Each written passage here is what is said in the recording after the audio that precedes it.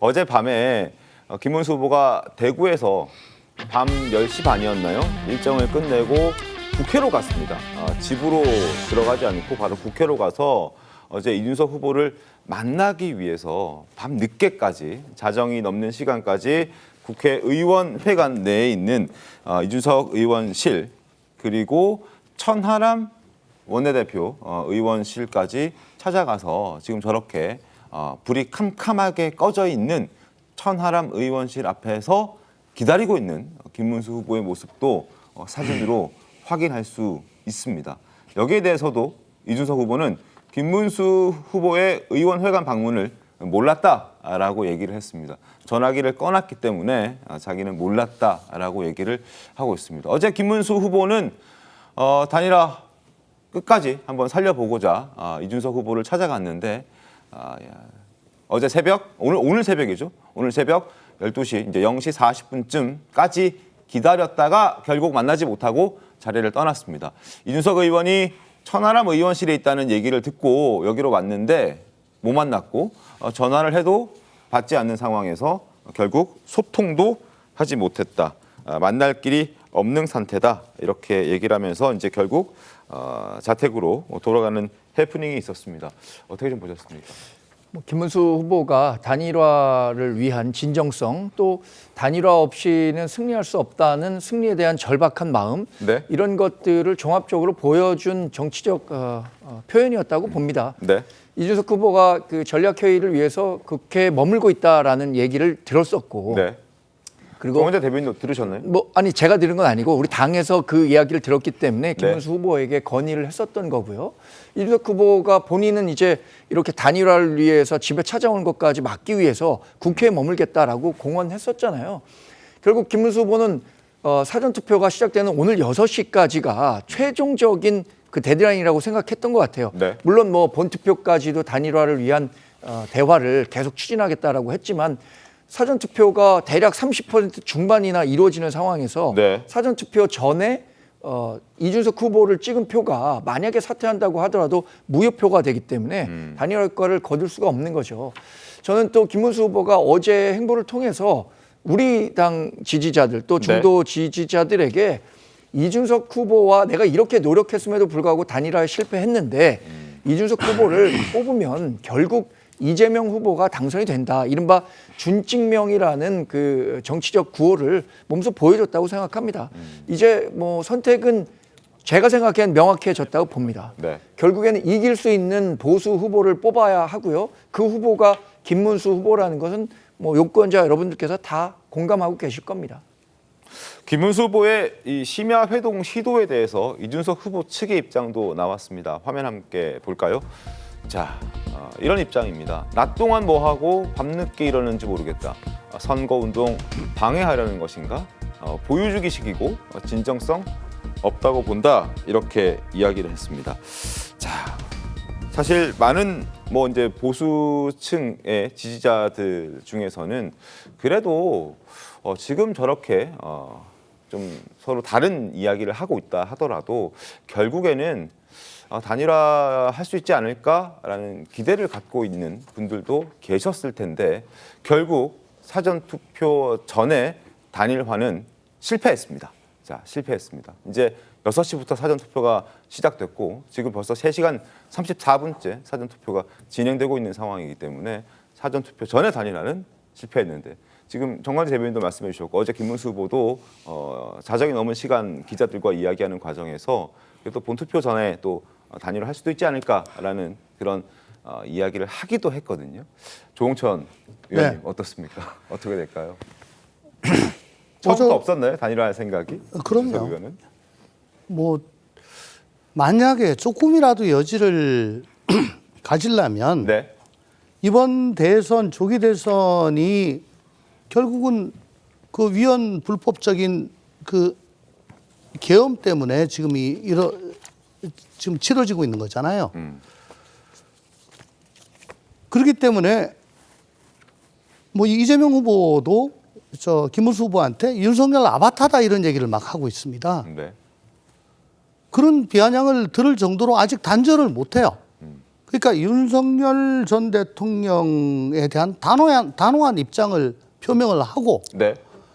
계엄과 탄핵의 강을 완전히 건너야 됩니다. 그래야만이 일단은 필요 조건이 되는 거예요. 네.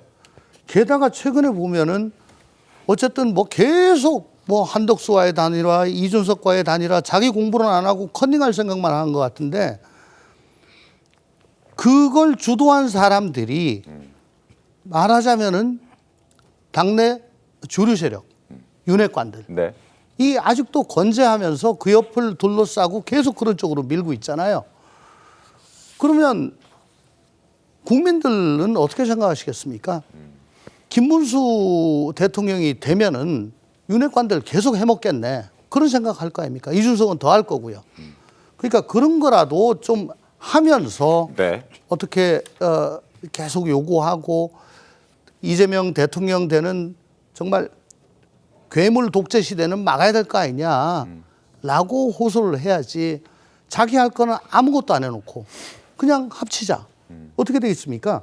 지금 최근 여론조사 보면은 김문수 후보로 단일화돼도 이준석 지지층의 52%만 김문수 후보한테 가고 29%가 이재명한테 간다고 돼 있습니다. 네네. 그러니까 둘 다 싫어가지고 온 사람들이 많은데 이건 단일화 효과가 없는 거예요. 그럼 어떻게 하면 올리느냐? 제가 앞서 말씀드린 윤석열 전 대통령에 대한 단호한 입장 표명과 계엄 탄핵의 강을 완전히 건너는 거, 그리고 윤핵관들 네. 주변에서 치우는 거, 이 세 가지만 하면은 아마 지금이라도 단일화 하자고 얘기할 명분이 있을 것이고 단일화하면은 표가 그대로 갈 겁니다. 알겠습니다. 결국은 후보 두 사람의 의지가 중요한 거죠. 뭐 윤핵관 이런 이야기들은 어떻게 보면은 명분을 삼기 위해서 이렇게 그 말씀하시는 그런 측면이 있다고 봐요, 저는. 그러니까 2022년 대선 때 그때도 사전투표 전날 그리고 마지막 TV 토론이 끝난 그 심야에 윤석열 후보와 안철수 후보가 전격적으로 단일화를 합의를 했습니다. 네. 심야에 했어요. 그때 이 그 고인이 된 장제원 의원이 주선을 해서 그 결과 어쨌든 뭐 대선을 선결을 했습니다. 네. 그런데 이번에는 그 시한 지나버렸죠. 시한 지났는데 저는 양쪽에서 어느 정도 아마 저 줄다리기가 있었을 걸로 봅니다. 왜 그러냐면은 지금 계속 김문수 후보가 뭐 40대 총리론까지 이야기를 했었고 그리고 공동정부론까지 이야기를 했지 않습니까? 네. 그런데 지금 저희들이 겉으로만 나타나는 것 가지고 이 그냥 한쪽에서 뭐 심야에 왜 밤에 찾아오느냐 낮에 오지 뭐 이런 이야기들 외에 다른 깊숙한 이야기가 없을 수가 없어요. 이 네, 중요한 상황을 놓고. 그런데 아마 거기서 뭔가 지금 맞지 않아서 이 불발된 걸로 보이는데 이렇게 되면은 이 두 사람 그러니까 김문수 후보와 이준석 후보가 딱 공통된 점이 이재명 후보의 집권을 막아야 된다는 거지 않습니까? 네. 그러면 그 공감대가 아주 큰 원칙이고 철칙이었는데 그걸 두 사람이 전부 다 무너뜨린 결과가 되는 거예요. 그러면 이제 남은 방법은 이재명 후보의 집권을 막기 위해서는 어쨌든 한쪽에 이 표를 몰아주는데 그건 어느 쪽으로 표를 몰아줄지는 유권자분들이 선택을 하는 문제죠. 김문수 후보는 어제 이런 얘기도 했습니다. 국회를 찾기 전에 지금 수많은 세력이 수많은 개혁 세력들이 본인과 함께 하고 있다라는 얘기를 하면서 손학규 전 대표, 한덕수 전 총리, 이낙연 전 총리, 한동훈 전 대표 이름을 일일이 열거하면서 이준석 후보 역시 이 역사적 흐름에, 역사적 책임에 결코 자유로울 수 없다라고 압박하는 메시지를 내기도 했었습니다. 자, 사전 투표 전에는 일단 단일화의 성사는 안 됐습니다. 실패를 했는데 본 투표 전까지만 혹시 또 할 수 있을까? 뭐 아직까지 기대를 갖고 있는 김문수 후보의 목소리이긴 했는데 사실 민주당도 할 거라고 말을 좀 했었잖아요. 네. 민주당 입장에서도. 네, 뭐 그 민주당의 이야기는 사전에 어떤 리스크 매니지먼트 차원에서 한 이야기들이라고 보는 게 맞을 것 같고요. 네.